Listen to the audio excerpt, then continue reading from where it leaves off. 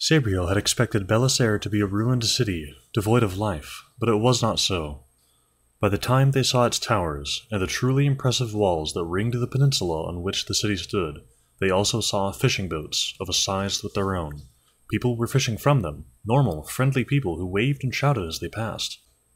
Only their greeting was telling of how things might be in Belisaere. "Good sun and swift water" was not the typical greeting in Touchstone's time. The city's main harbor was reached from the west. A wide, buoyed channel ran between two hulking defensive outworks, leading into a vast pool, easily as big as 20 or 30 playing fields. Wharves lined three sides of the pool, but most were deserted. To the north and south, warehouses rotted behind the empty wharves, broken walls and holed roofs, testimony to long abandonment. Only the eastern dock looked lively.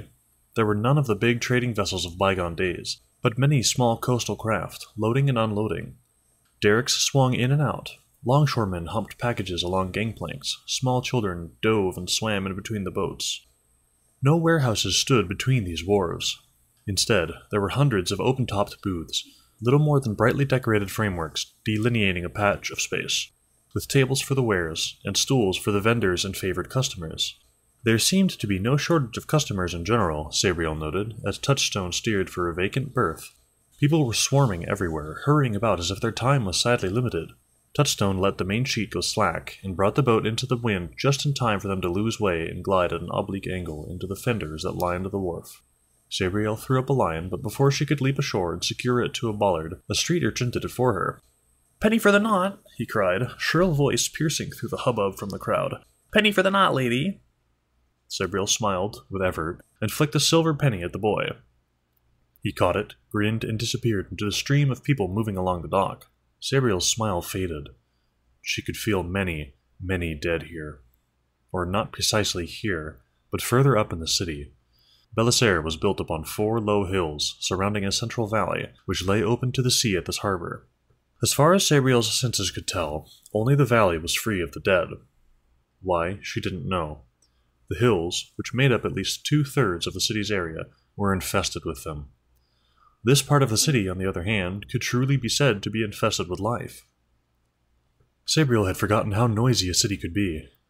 Even in Ancelstiere, she had rarely visited anything larger than Bane, a town of no more than 10,000 people. Of course, Belisaere wasn't a big city by Ancelstieran standards, and it didn't have the noisy omnibuses and private cars that had been significantly adding to Ancelstieran noise for the last 10 years. But Belisaere made up for it with the people. People hurrying, arguing, shouting, selling, buying, singing. "Was it like this before?"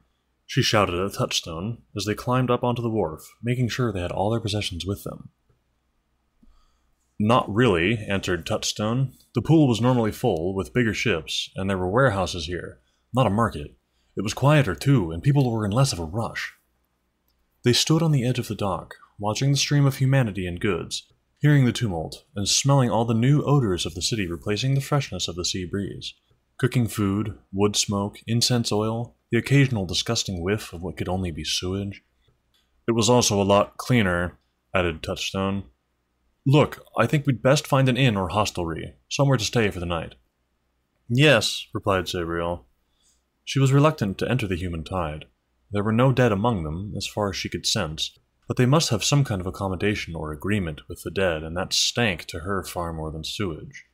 Touchstone snagged the passing boy by the shoulder as Sabriel continued to eye the crowd, nose wrinkling. They spoke together for a moment, a silver penny changed hands, and then the boy slid into the rush, Touchstone following. He looked back, saw Sabriel staring absently, and grabbed her by the hand, dragging both her and the lazy, fox-fur-positioned Mogget after him. It was the first time Sabriel had touched him since he'd been revived, and she was surprised by the shock it gave her. Certainly her mind had been wandering, and it was a sudden grab. His hand felt larger than it should, and interestingly calloused and textured. Quickly, she slipped her hand out of his, and concentrated on following both him and the boy, weaving across the main direction of the crowd. They went through the middle of the open-topped market, along one street of little booths, obviously the street of fish and fowl. The harbor end was alive with boxes and boxes of fresh-caught fish, clear-eyed and wriggling. Vendors yelled their prices, or their best buy, and buyers shouted offers or amazement at the price. Baskets, bags, and boxes changed hands, empty ones to be filled with fish or lobster, squid or shellfish. Coins went from palm to palm, or occasionally whole purses disgorged their shining contents into the belt pouches of the stallholders. Towards the other end it grew a little quieter. The stalls here had cages upon cages of chickens, but their trade was slower, and many of the chickens looked old and stunted. Sabriel, seeing an expert knifeman beheading row after row of chickens and dropping them to flop headless in a box, concentrated on shutting out their bewildered feather-brained experience of death. Beyond the market there was a wide swath of empty ground. It had obviously been intentionally cleared, first with fire, then with mattock, shovel, and bar. Sabriel wondered why till she saw the aqueduct that ran beyond and parallel to the strip of wasteland. The city folk who lived in the valley didn't have an agreement with the dead. Their part of the city was bounded by aqueducts, and the dead could no more walk under running water than over it. The cleared ground was a precaution, allowing the aqueducts to be guarded, and sure enough, Sabriel saw a patrol of archers marching atop it, their regularly moving shapes silhouetted, shadow puppets against the sky.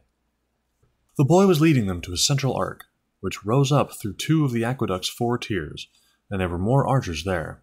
Smaller arches continued on each side, supporting the aqueduct's main channel, but these were heavily overgrown with thorn bushes to prevent unauthorized entry by the living, while the swift water overhead held back the dead. Sabriel drew her boat cloak tight as they passed under the arch, but the guards paid them no more attention than was required to extort a silver penny from Touchstone. They seemed very third-rate, even fourth-rate soldiers, who were probably more constables and watchkeepers than anything else. None bore the charter mark or had any trace of free magic. Beyond the aqueduct, streets wound chaotically from an unevenly paved square, complete with an eccentrically spouting fountain. The water jetted from the ears of a statue of an impressively crowned man. "King Anstey III," said Touchstone, pointing at the fountain. He had a strange sense of humor by all accounts. "I'm glad it's still there." "Where are we going?" asked Sabriel. She felt better now that she knew the citizenry weren't in league with the dead. "This boy says he knows a good inn," replied Touchstone, indicating the ragged urchin who was grinning just out of reach of the always expected blow. "Sign of 3 lemons," said the boy. "Best in the city, lord, lady." He had just turned back from them to go on when a loud, badly cast bell sounded from somewhere towards the harbor. It rang 3 times, the sound sending pigeons racketing into flight from the square. "What's that?" asked Sabriel. The boy looked at her, open-mouthed. "The bell." "Sunfall," replied the boy, once he knew what she was asking. He said it as if stating the blindingly obvious. "Early, I reckon. Must be cloud coming or something." "Everyone comes in when the sunfall bell sounds?" asked Sabriel. "Course," snorted the boy. "Otherwise the haunts or the gleams get you." "I see," replied Sabriel. "Lead on." Surprisingly, the Sign of the 3 Lemons was quite a pleasant inn. A whitewashed building of 4 stories. It fronted onto a smaller square some 200 yards from King Anstey's Fountain Square. There were 3 enormous lemon trees in the middle of the square, somehow thick with pleasant-smelling leaves and copious amounts of fruit, despite the season. Charter magic, thought Sabriel, and sure enough, there was a charter stone hidden amongst the trees, and a number of ancient spells of fertility, warmth, and bountitude. Sabriel sniffed the lemon-scented air gratefully, thankful that her room had a window fronting the square. Behind her, a maid was filling a tin bath with hot water. Several large buckets had already gone in. This would be the last. Sabriel closed the window and came over to look at the still steaming water in anticipation. "Will that be all, miss?" asked the maid, half curtsying.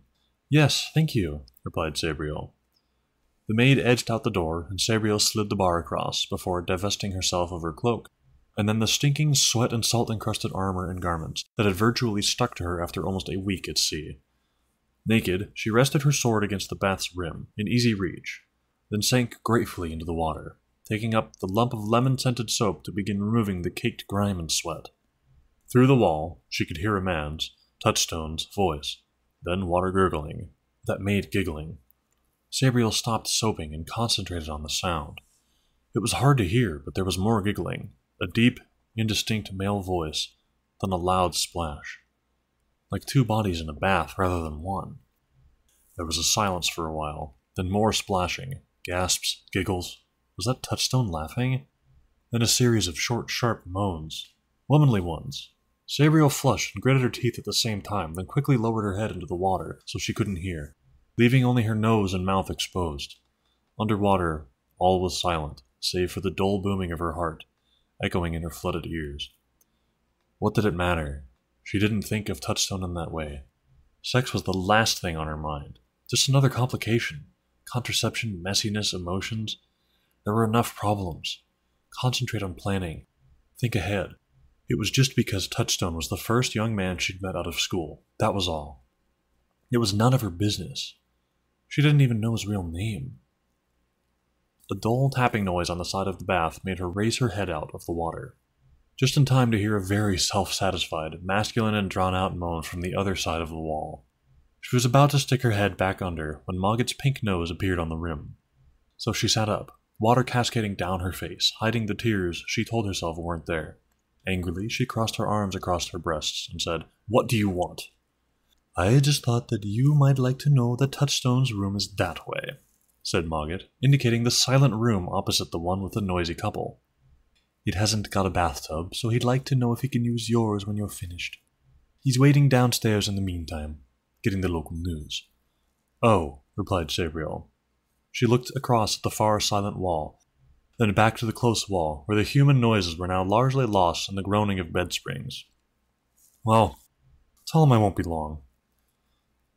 20 minutes later, a clean Sabriel, garbed in a borrowed dress made incongruous by her sword belt, the bell bandolier lay under her bed, with Moggett asleep on top of it, crept on slippered feet through the largely empty common room, and tapped the salty, begrimed Touchstone on the back, making him spill his beer.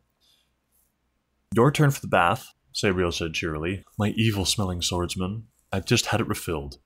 Moggett's in the room, by the way. I hope you don't mind." "Why would I mind?" asked Touchstone, as much puzzled by her manner as the question. "I just want to get clean, that's all." "Good," replied Sabriel obscurely. "I'll organize for dinner to be served in your room, so we can plan as we eat."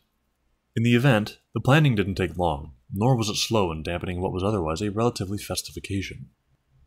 They were safe for the moment, clean, well-fed, and able to forget past troubles and future fears for a little while. But as soon as the last dish, a squid stew with garlic, barley, yellow squash, and tarragon vinegar, was cleared, the present reasserted itself, complete with cares and woe. "I think the most likely place to find my father's body will be at that place where the queen was slain," Sabriel said slowly. "The reservoir. Where is it, by the way?" "Under the palace hill," replied Touchstone. "There are several different ways to enter. All lie beyond this aqueduct-guarded valley." "You are probably right about your father," Moggett commented from his nest of blankets in the middle of Touchstone's bed. "But that is also the most dangerous place for us to go. Charter magic will be greatly warped, including various beings, and there is a chance that our enemy, Caragor," interrupted Sabriel, "but he may not be there. Even if he is, we may be able to sneak in." "We might be able to sneak around the edges," said Touchstone. "The reservoir is enormous, and there are hundreds of columns. But wading is noisy, and the water is very still. Sound carries. And the 6... they are in the very center. If I can find my father and bring his spirit back to his body," Sabriel said stubbornly, "then we can deal with whatever confronts us. That is the first thing, my father. Everything else is just a complication that's followed on." "Or preceded it," said Moggett. "So I take it your master plan is to sneak in, as far as we can, find your father's body, which will hopefully be tucked away in some safe corner, and then see what happens?" "We'll go in the middle of a clear, sunny day," Sabriel began. "It's underground," interrupted Moggett.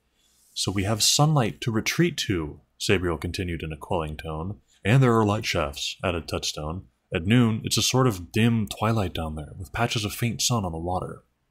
"So, we'll find father's body, bring it back to safety here," said Sabriel, and take things from there."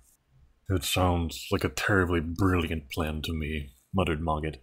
"The genius of simplicity." "Can you think of anything else?" snapped Sabriel. "I've tried, and I can't. I wish I could go home to Excelsior and forget the whole thing, but then I'd never see father again, and the dead would just eat up everything living in this whole rotten kingdom.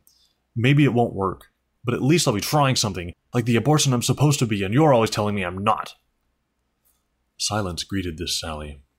Touchstone looked away, embarrassed. Mogget looked at her, yawned, and shrugged. As it happens, I can't think of anything else. I have grown stupid over the millennia, even stupider than the abortions I serve. I think it's as good a plan as any, Touchstone said unexpectedly. He hesitated, then added, though I am afraid. So am I, whispered Sabriel. But if it's a sunny day tomorrow, we will go there. Yes, said Touchstone, before we grow too afraid.